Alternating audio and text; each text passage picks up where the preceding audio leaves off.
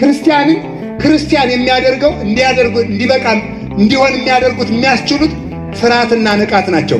ገሃነምን አስቦ ሲፈራ መንግሥተ ሰማያትን አስቦ ሲነቃ ማለት ነው። በሁለቱ ወደ መንግሥተ ሰማያት የሚችል እንዲደርስ የሚገፉት ክንፎች ናቸው። ገሃነም እወረወራለሁ ብሎ ሲፈራ አሁን አንድ ጨካኝ ወታደር ከምሽቱ 4 ሰዓት ቤታችሁ እመጣለሁ ቢላችሁ እንቅልፍ ይወስዳቸዋል? ግን እኮ ዲያብሎስን ያህል ጨካኝ ወታደር ካልጋችን ፊት ለፊት ቁሞ አይኑን እያቁለጨለጨ ነው ተኝተን የምናደር። ትንሽ እንኳን ተነስተን አሁን ሰማያት እንዳንል እንዲህ የተኛ ነው። በዓለም ዘሊልነት በድድቅ ቅምጥልነት ዝም ብለን እየበላን እየተኛን ዓለሙ እየተሽከረከረ ሌላው እምነት በእኛ ላይ ከኛ ራስ ላይ የእምነታቸውን ጠቋም እስኪገነቡን ድረስ ለጥ ብለን የተኛ ነው። ምንድነው? ፍርሃት የሚባል ስላልሰራብን ገሃነመ እሳት ትዝ ስለማይለን በእግዚአብሔር ቸርነት መጠቀም ሲገባ እንታለልበታለን። የእግዚአብሔር ቸርነት ላልተጠቀመበት ሁሉ የማይጠቅም ነው፣ የሚያጠፋ ነው፣ ራሱ መጥፊያ ይሆናል። አላችሁ እግዚአብሔር ከሁላችን ጋር ይሁን። ስለዚህ መከራውን ንቀን ታግሰን ዓለምን መናቅ የምንችልበት ዋናው ጣዕመ መንግሥተ ሰማያትን ማሰብ ነው። የሰማይ ኑሮ ማሰብ ነው። እስኪ አንድ ሐሳብ ልንገራችሁ። ሁላችሁም አንድ የምትወዱት ሀገር ምረጡ። እዚህ ሀገር ውስጥ ወሰድኳችሁ፣ የምትፈልጉትን ነገር ሁሉ አሟላውላችሁ፣ ሳምንት አስቀመጥኳችሁ፣ ግን የትም እንዳትንቀሳቀሱ አልኳችሁ። ይሰለቻችኋል? አይሰለቻችሁም? ግን መንግሥተ ሰማያት ለምን አትሰለችም ሲባል በጣዕም ላይ ጣዕም፣ በስን ላይ ስን፣ በውበት ላይ ውበት፣ በብርሃን ላይ በብርሃን፣ በኃይል ላይ ኃይል ሲጨመርልን ስለሚኖር የማትሰለች ሀገር፣ አድሎ የሌለባት ሀገር፣ ላያጡ የሚያገኙባት፣ ላይዋረዱ የሚከብሩባት፣ ላይወጡ ገብተው የሚኖሩባት፣ ከእግዚአብሔር ጋር ተዋህደን ከብረን የምንኖርባት ሀገር አለችን። የዚያችን ውበት ማሰብ ለሰው ልጅ ኃይል አስታጥቆት ዓለምን መዘንጋት ይቻላል። ከቃሉ ጋር ናችሁ? እግዚአብሔር ከሁላችን ጋር ይሁን። እንዲያው ጌታችን መድኃኒታችን ኢየሱስ ክርስቶስ ንሥኡ አርዑትየ እስመ አርዑትየኒ ሰናይ ወመጾርየኒ ቀልል፣ ሸክሜ ቀላል ቀንበሬ ልዝብ ነው፣ ቀንበሬን በላያችሁ ላይ ተሸከሙ ይላል። ቅዱስ ቄርሎስ አምደ ሃይማኖት ሲተረጎም ጌታ ምንድን ነው ግራ ጉንጫችሁን ለሚመታችሁ ቀኝ ጉንጫችሁን ስጡ ብሏል። ከአንድ ሀገር ቢያሳድዷችሁ ወደ ሌላ ሀገር ሽሹ ብሏል። መጠምጠም ያልወሰደ መጎናጸፊያ ጨምርለት ብሏል። ይህ ቀላል ሸክም ነውን ይላል። ቀላል ነው አይደለም? በሉ እንጂ ግራ ጉንጭን ለሚመታ ቀኝን መስጠት ቀላል ነው? ከባድ? እንቅጩን ያቅማችሁን ተናገሩ። ከባድ ነው? መጠምጠሚያ ለሚወስድ መጎናጸፊያ መጨመርስ ቀላል ነው? ቀላል ነው? እንኳን ቀላል ሊሆን ሰው ከብዙዎቻችሁ ከሚስቶቻችሁና ከባሎቻችሁ ጋር ስትነራ ታረቁ አይደል የምትኖሩት? ተራራርታችሁ እንኳን ለምትኖሩት ማለት ነው። ከባድ ነው። የሚረግሟችሁን መርቁ ማለት ጠፍታችሁ እደሩ፣ መሬት ተከፍታ ተዋጣችሁ ስትባሉ ከመንግሥተ ሰማያት አናውጣችሁ፣ ከልጅነት አያውጣችሁ ብላችሁ መርቋቸው። እናንተ ጥፉ፣ ተራራው ይጫናችሁ፣ መብረቅ ያቃጥላችሁ፣ መሬት ተከፍታ ተዋጣችሁ ብለው ሲረግሟችሁ፣ እናንተ ግን በአጻፋው ከመንግሥተ ሰማያት አናውጣችሁ፣ ከልጅነት አያውጣችሁ ብላችሁ መርቋቸው አለ። ቀላል ነው? ከባድ ነው? ቀላል ነው? ከባድ ነው? ጌታ ግን ምን አለ? መስቀሌን ተሸከሙ አለ። እናንተን የሚገል ሁሉ ለእግዚአብሔር መሥዋዕት የሚያቀርብ የሚመስልበት ጊዜ ይመጣል አለ። እኛን እያረዱ የሚያመልኩትን አምላክ እናከብራለን ብለው ለሚያመልኩት አምላክ ጩኸት ያቀርባሉ። ክርስቲያንን እንደ አክርማ ሰንጥቀው እንደ ሽንኩርት ልጠው ከትክተው ከትፈው አቃጥለው የሚያመልኩትን አምላክ እናከብራለን ብለው ይጮኻሉ። እንደዚያ ያለ ዘመን ይመጣል አለ። ግን ይሄ ሸክም ቀላል ነው? ከባድ ነው? ተናገሩ እንጂ። ጌታ ግን ምን አለ? ተናገሩ እንጂ። ሸክሜ ኧረ በሉ ሸክሜ ምንድን ነው ያለ? ቀላል። እንዴት ቀላል ሆነ ይላል። ምንዳቤ ሥጋሰ ለአሐዱ ሰዓት ውእቱ ወጣዕመ መንግሥተ ሰማያትሰ ለዓለም ወለዓለመ ዓለም ይላል ቅዱስ ቄርሎስ። የሥጋ መከራ ቢበዛ ለ1 ቀን፣ ቢበዛ ለ1 ዓመት፣ ቢበዛ ለ5 ዓመት፣ ቢበዛ ለ10 ዓመት፣ ቢበዛም ለዕድሜ ልክ ነው። የመንግሥተ ሰማያት ጣዕም ግን ለዘላለም ነው። ስለዚህ ንግድ ነው። ገበሬ አረም ሲያርም በበረዶ መመታቱ በብርድ መበረዱ እንደማይጨንቀው፣ በሐሩር በፀሐይ ታግሶ ማረሱ እንደማይጨንቀው፣ ነጋዴ እሾህ እየወጋው እየተቸገረ ሐሩር እያቃጠለው ውሃ ጥም እያንገበገበው ረሃብ እያስቸገረው አውሬ እያስደነገጠው መነገዱ እንደማያስጨንቀው ይልቁንም ደስ ይለዋል እንጂ። ለምን? በአንድ ቀን የፀሐይ መቃጠል የብዙ ቀን ገንዘብ ሰብስቦ እንደሚኖር ያውቀዋልና።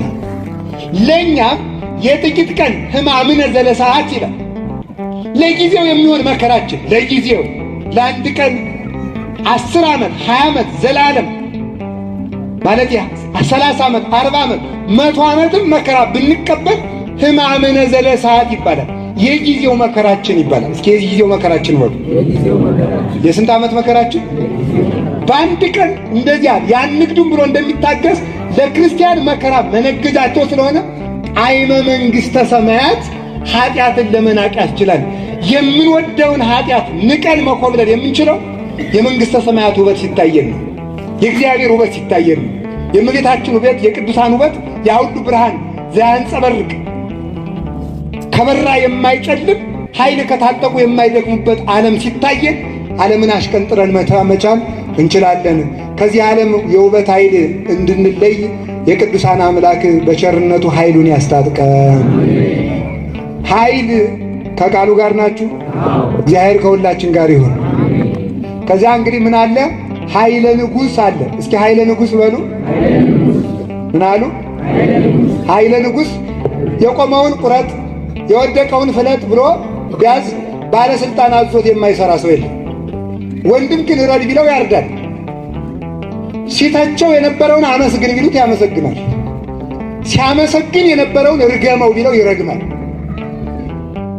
ሲሰርቀው የነበረውን ለግሰው ቢለው ይሰጠዋል። ሲሾመው የነበረውን እሰረው ቢለው ያስረዋል። ሲያከብረው የነበረውን አዋርደው ቢለው አዋርደዋል። ዘመዶችን ክዳ ቢለው ይክዳል። ሃይማኖትን ተው ቢለው ይተዋል። ብዙ ሰዎች በስልጣናቸው ምክንያት ስልጣናቸው ውር አድርጓቸው ከሃይማኖታቸው ያፈገፈጉ ሰዎች አሉ። ገንዘብና ዓለም አይናማዎችን እውር ነው የሚያደርጉት። የሚታየው እንዳየው ያደርጋሉ። ስልጣን አሸናፊ ነው፣ ገዥ ነው። ውበት አሸናፊ ነው፣ ግን ኃላፊ ነው። መጠጥም አሸናፊ ነው፣ ግን ኃላፊ ነው። ስልጣን አሸናፊ ነው። እነ ግራኝ ማመር ቤተክርስቲያንን በዚያ ስልጣናቸው አቃጥለውበታል። እነ ዲዮቅልጥያኖስ ከልብሳቸው ዘርፍ እንኳን ድሃው እየተራበ ቤተክርስቲያን እያቃጠሉ ከልብሳቸው ዘርፍ ወርቅ በሙሉ ሰክተው እስኪጓዙ ድረስ የባለጌ ኑሮ እስኪኖሩ በሰው ደም እስኪታጠቡ ድረስ ኑሮበታል። ብዙዎቹ በዚያ ስልጣናቸው አሸንፈዋል። እነ ሄሮድስ ክርስቶስን ሰቅለውበታል በዚያ ስልጣን። እሱ በፈቃዱ የተሰቀለ ነው። እነሱ ግን ክርስቶስን ለመስቀል በአመፃቸው ፍርድ እንዲፈረድ አድርገዋል። ሕፃናትን አርደውበታል። የዮሐንስን አንገት አንዱ ሄሮድስ አንገቱን አስቆርጧል። በኃይላቸው ነገሥታት ብዙ ይሰራሉ፣ ሁሉም ግን ይሞታሉ። እስቲ ወይ ይሞታሉ ይሆን? ምን ይላሉ? ይሞታሉ። መንግሥተ ሥላሴ ብቻ ለዘላለም ጸንቶ ይኖራል። ቆይ እልልታ አታብዙ፣ ሰዓት ያልቅብናል። ቆይ ሰራዊትም ያልቃል፣ ዕድሜም ያልቃል፣ የሚበላም ያልቃል፣ ስልጣንም ያልቃል፣ ዕድሜም ያልቃል። እግዚአብሔር ግን አያልቅ። መንግሥቱ ዘላለም ወምኩናኑኒ ለትውልድ ትውልድ ሕያው ቅዱስ እግዚአብሔር ከስልጣናት ከኃይላት ሁሉ በላይ ነው። ከነገር ሁሉ በላይ እግዚአብሔርን ማሰብ ያሳርፋል። የሚያስደነግጡ ሰራዊትን ከማየት ይልቅ ምድርና ሰማያትን ዘይኔጽራ ለምድር ወይሬሳ ከመትራድ ዘይገስጾሙ ለአድባር ወይጠይጹ ተራሮችን በዓይነ መዓቱ ሲመለከታቸው የሚያቀልጥ የሚያንቀጠቅጣቸው ማለት ባለስልጣናትን በዕደ መዓቱ ዳሶ በዓይነ መዓቱ ተመልክቶ እንዳልነበሩ የሚያደርጋቸው እንደ አበባ በመስከረም አሸብርቆ በጥቅምት እሳት እንደሚቃጠል አበባ በሚያደርጋቸው በሕያው እግዚአብሔር መደሰት ነው። እንዲያውም ተመልከቱ፣ ዘይትናዘዝ እምሉ ይላል መጽሐፈ መነኮሳት። በመላእክት የሚጽናና ተመልከቱ፣ ሌላ አጽናኝ አይሻም። እስኪ በሉ በመላእክት የሚጽናና በሉ። ሌላ አጽናኝ ምን አይልም አይሻም። ነቢዩ ኢሳይያስን እግዚአብሔር ለስብከት ሲልከው ወደ ሰማይ መጀመሪያ የሰማይ ሰራዊትን አሳይቶታል። የሰማዩን ቤት ይህ ሲተረጎም ምንድነው? ሌላውን በጊዜው እንማረዋለን። ከርዕሳችን ጋር ብቻ የሚገናኘው እንውሰድ። ኢሳይያስን እግዚአብሔር ሱራፌል ዙሪያውን ከበው ያለውን የሰማዩን መንግስት ያሳየው ለምን ይመስላችኋል? ሰራዊተ መላእክትን ያሳየው ሰው ሁሉ ጠልቶ ብቸኛ ብትሆን እነዚህን የመሰሉ ዘመዶች እንዳለች ተመልከት። ደካማ ሰው ቢክድህ ኃያላን መላእክት እንደሚዛመዱ ተመልከት። ደካማ ሰው ቢያሳድድህ ሕያዋን መላእክት ኃያላን መላእክት እንደሚመሩ ተመልከት። የሚሞት እንዲያውም አረጋዊ መንፈሳዊ የሚለው የሰይጣንን ተንኮል እየቆጠሩ ከማዘን ሂሩተ መላእክትን እየቆጠሩ መደሰት ይሻላል። ሰምታችሁኛል? አይ ሰይጣን ክፋቱ ከማለት አይ ሚካኤል ሂሩቱ ማለት የሚካኤል የዲያብሎስ ተንኮሉ የዲያብሎስ ክፋቱን ከመቁጠር የመላእክትን ቸርነት መቁጠር፣ የዲያብሎስን የተንኮሉን ብዛት ከመቁጠር የመላእክትን የረዳትነታቸውን ብዛት መቁጠር ትልቅ ሀብት ነው። በምድር ካለው አስደንጋጭ ይልቅ በሰማይ የበዛውን መጽናኛ ማሰብ። አሁን በዚህ ዘመን መርገም ሆኗል ስራችን። ይሄ ከንቱ ዓለም የተረገመ ዘመን፣ የተረገመ ሕዝብ፣ የተረገመ ትውልድ ሁሉ ቃዲ ሆኖ ዝም ብለን እንደው መጽናኛ የሌለን ማለት ነው። ሙጥጥ ያለ ተስፋ ማለት ነው። ስንት ሰራዊተ መላእክት እንደ ንብ ከበውን እንደሚኖሩ ማወቅ አለብን። እንደ ንብ እንዲያው ከጽጌረዳ ከምትጠወልደው ጽጌረዳ ትንሽ መዓዛ እናገኛለን ብለዋል ንቦች ክብብ የሚሉት። ክርስቲያን እኮ የክርስቶስ መዓዛ አለ። የአምላክን ሥጋ በልቶ የአምላክን ደም ጠጥቶ በአምላክ ልጅነት ከብሮ ያለ ሰው ነው። ሰራዊተ መላእክት የሚጠብቁት ነው። ከነዚህ ኃያላን መላእክት አይታጡም።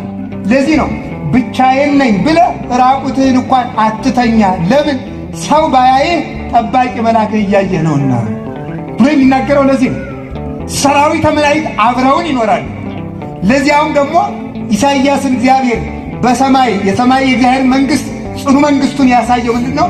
የምድር መንግሥታት ፍርድ ባይፈርዱልህ በፍትሐ ጽድቄ በሳይለ ምሕረቴ የምጠብቅህን ፍርዴ እውነት የሆነ ቸርነቴ የሚያድን እኔን አስበህ ደስ ይበልህ። የሚያጣምሙ ነገሥታትን እየቆጠርክ ከምትጨነቅ ቅን የምፈርድ ሕያው አምላክ እኔን አስበህ ደስ ይበልህ። ያላለፈ ንጉሥ የለም። እየሰማችሁኝ ነው? እግዚአብሔር ከሁላችን ጋር ይሁን። አሜን። ስለዚህ የሁሉ ኃላፊ ነውና ኃላፊ ኃይለ ንጉሥም ያልፋል፣ ኃይለ ውበትም፣ ኃይለ ገንዘብ፣ ኃይለ ሥልጣን ይህ ሁሉ የሚጠቀለል ነው። የሚያሸንፍ ግን ኃይለ ጽድቅ ነው። እስኪ ኃይለ ጽድቅ በሉ። ኃይለ ጽድቅ ኧረ በሉ። ኃይለ ጽድቅ። ኃይለ ጽድቅ ማለት የምን ኃይል ነው? የእውነት ኃይል ነው። እስኪ የእውነት ኃይል በሉ። ሊቁ አባ ጊዮርጊስ ዘጋስጫ ሲናገር መጠጥ ለማሸነፉ ሄሮድስ ሰከረ፣ የዮሐንስን አንገቱን ቁረጡልኝ አለ።